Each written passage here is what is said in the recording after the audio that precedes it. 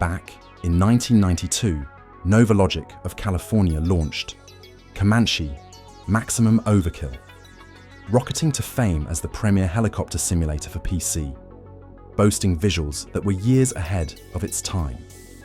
The game's award-winning success didn't go unnoticed by Nintendo.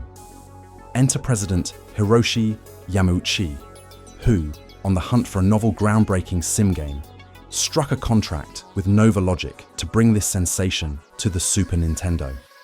The plan? To harness the power of Nintendo's cutting-edge second-generation FX graphics chip.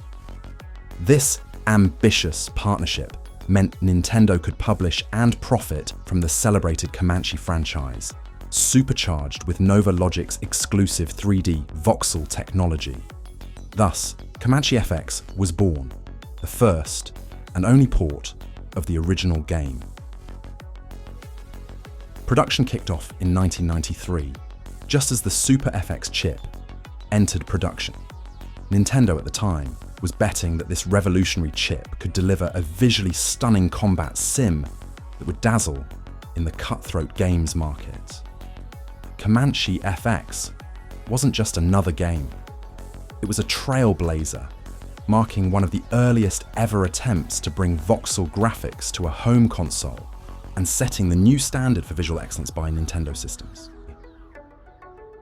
Following the release of Nintendo's first FX-enhanced chip, which extended SNES hardware lifecycle, the plan was now to run Comanche on the next Super FX2 chip, called the GSU2 model. It would have a faster clock speed from 10.5 MHz to incredible full speed of 21.4 MHz, and it increased bitrate from 10 to 16 megabits, with space for additional ROM if needed. The FX2 would provide advanced graphical capabilities of manipulating more polygons, more texture map surfaces, and more sprites. And according to reviews, the FX2 could display 20,000 polygons per second, which kept up with the competition and comparable to a 3DO system at the time. Thus, the new Comanche FX game cartridge should push the voxel graphics engine to its limit, guaranteed that the complex scenery at a resolution of 512 x 448 pixels does nothing to slow the game down. With Nintendo's partnership now official, the developer NovaLogic set to work to translate the series' flight simulator nuances to the Super NES. First, their proprietary in-house voxel space engine code created by Kyle Freeman would need to be totally rewritten to run smoothly on the new FX2 hardware. NovaLogic team programmer Jim Ratcliffe, during the development, notably ported key functions to the FX2 chip to speed up the Comanche's frame rate. The FX2 chip, RISC, reduced instruction set computer, renders pixel by pixel terrain maps on the fly, which created more dynamic detailed terrain than were never possible with polygons. Voxels utilized every pixel of the volumetric terrain map, which is based on the same idea as raycasting, and could instead be thought of as 2.5 dimensions. NovaLogic's rendering algorithm was amazingly simple, representing the terrain with a height and color map at a size of 1024 by 1024 pixels each. Then this rendering algorithm rastered the height and color maps to draw vertical lines. Each point on that map has instructions that tell the Super NES to calculate its elevation and colors to be drawn on the screen for a full panoramic 3D environment. In game combat, elements like tanks, silos, and vehicles was given the same meticulously attention, which were pre-rendered from key viewpoints, then resized into 16-bit game sprites that dynamically update as you navigate the terrain. These terrain sprites could then be positioned on the y-axis on the available voxel depth map value. Comanche FX doesn't use polygons, but voxels to render the terrain, which give the most unusual look than any other video game of the time. This, combined with smooth landscapes with beautiful backdrops, culminates in an astonishingly novel visual experience. resulting in a seamless, polygon-free panorama that redefines the boundaries of what's possible on the Super NES console over 30 years ago. Comanche intense gameplay mirrored its original series, in that the player piloted a RAH-66 Comanche attack helicopter. Before each game, a mission briefing with key tasks would be displayed. Then, you would fly through a pixelated landscape to shoot down combat tanks and helicopters, eliminating all enemies throughout. The voxel vertical terrains added a unique dimension of vast mountains, deep canyons, and wide valleys, which were non-existing in other sims at the time. This challenged the player to run-continue reconnaissance and search behind terrains to locate and destroy all enemy silos, bases, and vehicles. This realism offers a completely unique 3D feel, super smooth, fluid, and fast game control through 30 different battle scenarios. Alternatively, all the necessary helicopter stats are displayed on the cockpit control panel, from weapon types with rounds, overall damage taken, fuel gauge, overview map with enemy positions, to radar. Along with a single player mode, Comanche FX also was capable of two-player mode with a friend. This was made possible by a new unreleased link cable called the Super NES Game Link Cable. This unique multiplayer split-screen mode now required twice the terrain creation power, which needed to be calculated. NovaLogic had been developing Comanche for 2 years now, with 90% complete. As Nintendo's ambitious upcoming game, it was frequently promoted in game magazines worldwide, which provided a tantalizing preview to Super NES fans.